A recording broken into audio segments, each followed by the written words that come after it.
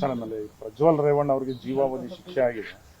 ಸರ್ಕಾರನೂ ಕೂಡ ಮೊದಲನೇದಾಗಿ ನಾನು ನಮ್ಮ ಪೊಲೀಸ್ ಇಲಾಖೆಯಲ್ಲಿ ವಿಶೇಷವಾಗಿ ಸಿಒಡಿ ಅವರಿಗೆ ಅವ್ರು ಮಾಡಿರ್ತಕ್ಕಂಥ ಉತ್ತಮವಾದ ಕೆಲಸದ ಬಗ್ಗೆ ಅಭಿನಂದನೆ ಸಲ್ಲಿಸ್ತೇನೆ. ಯಾಕೆಂದ್ರೆ ಬಹಳ ಅಚ್ಚುಕಟ್ಟಾಗಿ ಈ ಕೇಸನ್ನ ಅವರು ಮೊದಲಿಂದಲೂ ಕೂಡ BK ಸಿಂಗ್ ಅವರ ನೇತೃತ್ವದಲ್ಲಿ ನಾವು ಒಂದು ಟೀಮ್ ಅನ್ನ ಮಾಡಿದ್ದು, ಅವರು ಒಳ್ಳೆಯ ಕೆಲಸವನ್ನ ಮಾಡಿದ್ದಾರೆ. ಎಲ್ಲ ರೀತಿಯ ಎವಿಡೆನ್ಸ್ಗಳನ್ನ ಅವರು ಕೊಟ್ಟಿದ್ದಾರೆ. ಹಾಗಾಗಿ ನ್ಯಾಯಾಧೀಶರು ತೀರ್ಮಾನ ತಗೊಳ್ಳೋದಕ್ಕೆ ಅನುಕೂಲ ಆಯಿತು ಅಂತೇಳಿ ನಾನು ಅಂದ್ಕೊಳ್ತೇನೆ. ಇದು ನಿಜಕ್ಕೂ ಕೂಡ ಒಂದು ಹಿಸ್ಟಾರಿಕಲ್ ಡಿಸಿಷನ್, ಜಡ್ಜ್ಮೆಂಟು. ಅದರಿಂದ ನಮಗೆ ಪೊಲೀಸ್ ಇಲಾಖೆಗೆ ಒಂದು ಒಳ್ಳೆಯ ಕೀರ್ತಿ ಬಂದಾಗ ಆಗಿದೆ. ಸರ್, ಆಮೇಲೆ ಕಡಿಮೆ ಅವಧಿಯಲ್ಲಿ ಇಂತಹದೊಂದು ಕೇಸು ಇತ್ಯರ್ಥ ಆಗಿರೋದು ಸರ್. ಪೊಲೀಸರು ಕೂಡ ಬಹಳಷ್ಟು ಚುರುಕಾಗಿ ಮಾಡಿದ್ದಾರೆ.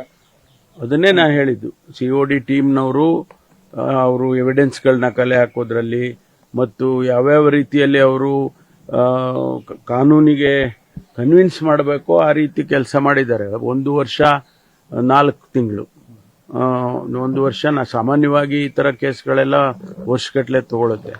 ಅಂಥದ್ರಲ್ಲಿ ಅವರು 1 ವರ್ಷ 4 ತಿಂಗಳಲ್ಲಿ ಮಾಡಿದ್ದಾರೆ. ಹಾಗಾಗಿ ಅವರಿಗೆ ನಾನು ಅಭಿನಂದನೆಯನ್ನು ಹೇಳಲೇಬೇಕು. ರಾಜಕೀಯವಾಗಿ ಯಾವ ರೀತಿ ನೋಡ್ತೀರಾ ಸರ್ ಈ ಒಂದು ಪ್ರಕರಣ? ಅದರಲ್ಲಿ ಏನ್ ರಾಜಕೀಯ ಬರುತ್ತೆ? ರಾಜಕೀಯದ ಇದರಿಂದ ನೋಡಕ್ಕಾಗದೇ ಇಲ್ಲ. ಇದು ರಾಜಕೀಯದಿಂದ ನೋಡಕ್ಕಾಗಲ್ಲ, ಪ್ರಭಾವಿ ರಾಜಕಾರಣ ನೋಡ್ಲೂಬಾರದು. ರಾಜಕೀಯದ ದೃಷ್ಟಿಕೋನದಿಂದ ನೋಡ್ಲೇಬಾರದು. ಯಾಕಂದ್ರೆ ಸರ್, ಮೊದಲಿಂದಲೂ ಕೂಡ ಅವ್ರು ಹೇಳ್ತಾ ಇದ್ರು, ಕುಮಾರಸ್ವಾಮಿ ಆಗಿರ್ಬೋದು, ರೇವಣ್ಣ ಎಲ್ಲ ಇದು ರಾಜಕೀಯ ಪಿತೂರಿ ಮಾಡಿದ್ದಾರೆ. ಆಮೇಲೆ ಸರ್ಕಾರದ ವಿರುದ್ಧನೂ ಕೂಡ ಆರೋಪ ಮಾಡ್ತಿದ್ರು, ಕಾಂಗ್ರೆಸ್ ವಿರುದ್ಧ ಕೂಡ ಆರೋಪ ಮಾಡ್ತಿದ್ರು. ಇಲ್ಲ, ಅವರ ಆರೋಪಗಳು ನಿರಾಧಾರ ಅಂತೇಳಿ ಈಗ ಗೊತ್ತಾಗಿದೆಯಲ್ಲ. ಯಾವುದು ವಿಟ್ನೆಸ್ಗಳು, ಎವಿಡೆನ್ಸ್ಗಳು, ಅದಕ್ಕೆಲ್ಲ ಏನು ಹೇಳಕ್ಕಾಗುತ್ತೆ? ಅದನ್ನ ಇಟ್ಕೊಂಡೇ ತಾನೇ ನ್ಯಾಯಾಧೀಶರು ಈ ಒಂದು ಆದೇಶವನ್ನು ಮಾಡಿದ್ದಾರೆ. ಹಾಗಾಗಿ ಇದರಲ್ಲಿ ಯಾವ ರಾಜಕೀಯ ಪ್ರೇರಿತ ಅಂತ ಕಾಣಿಸೋದಿಲ್ಲ. ಸರ್, SIT ಅಧಿಕಾರಿಗಳಿಗೆ ಏನು ವಿಶೇಷವಾದಂತಹ ಒಂದು ಸನ್ಮಾನ ಏನಾದ್ರು ಮಾಡ್ತಿರೋ ಇಂಥ ಪ್ರಕರಣ ಮೊದಲ ಬಾರಿ? ಅದೆಲ್ಲ ಅವರ ಕರ್ತವ್ಯ ಮಾಡಿದ್ದಾರೆ. ಪ್ರಶಂಸೆ ಮಾಡುತ್ತೆ ಸರ್ಕಾರ.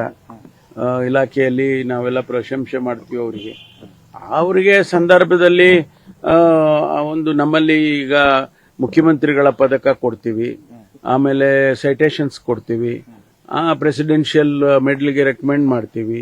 ಇವೆಲ್ಲ ಇಲಾಖೆಯಲ್ಲಿ ನಡೀತಕ್ಕಂಥವು. ಆ ಸಂದರ್ಭದಲ್ಲಿ ಇವರಿಗೂ ಕೂಡ ಪರಿಗಣಿಸುವಂತ ಕೆಲಸ ಆಗುತ್ತೆ.